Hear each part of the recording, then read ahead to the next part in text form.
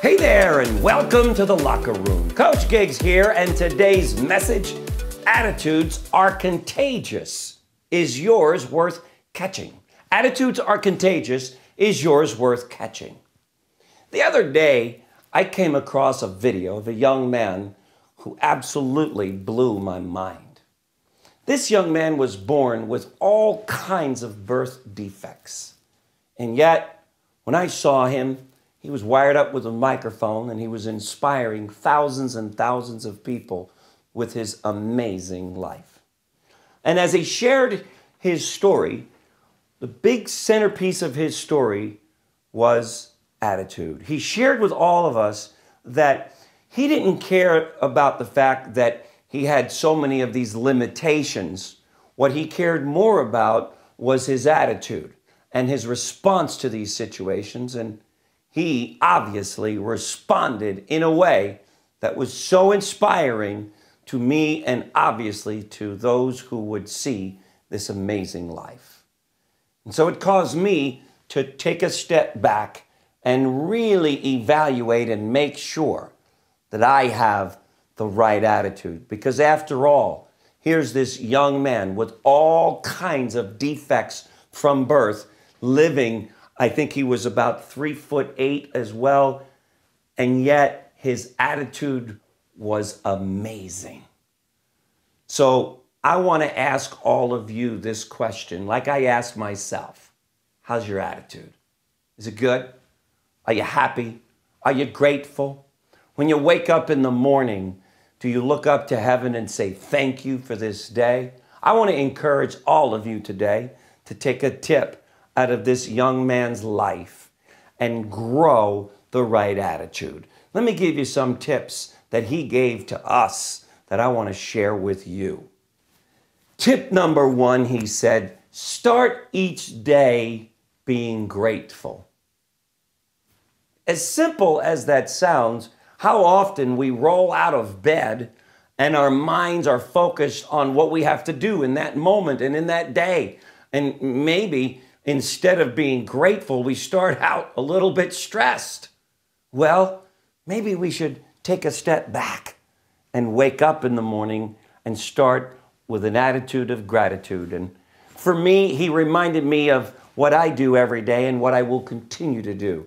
And that is to wake up every day and the first words out of my mouth are, thank you, Lord, for this day. For this is the day which you have made. And I will be excited, glad, and enthusiastic in it. And that's how I start my day. And then I begin to start thinking about all the things that I'm grateful for.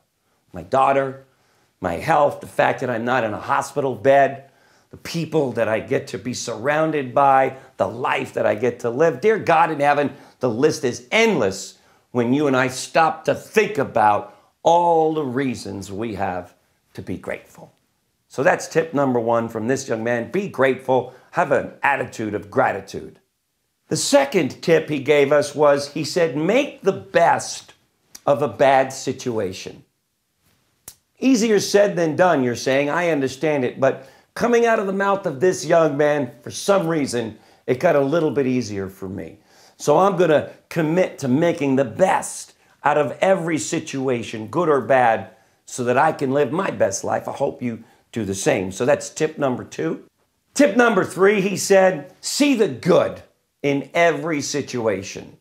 Now, this may be hard from time to time. And for this young man, I don't know how difficult this was. I gotta believe it was more difficult than those of us who don't have those challenges. But nonetheless, he said, I see the good in this situation. And he began to share with me and all of us the good that has come out of this situation.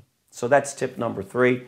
And the final and 4th tip, this young man encouraged all of us to grow and to maintain a positive, hopeful, expectant attitude. He said to us, we need to expect that great things will happen, otherwise they won't.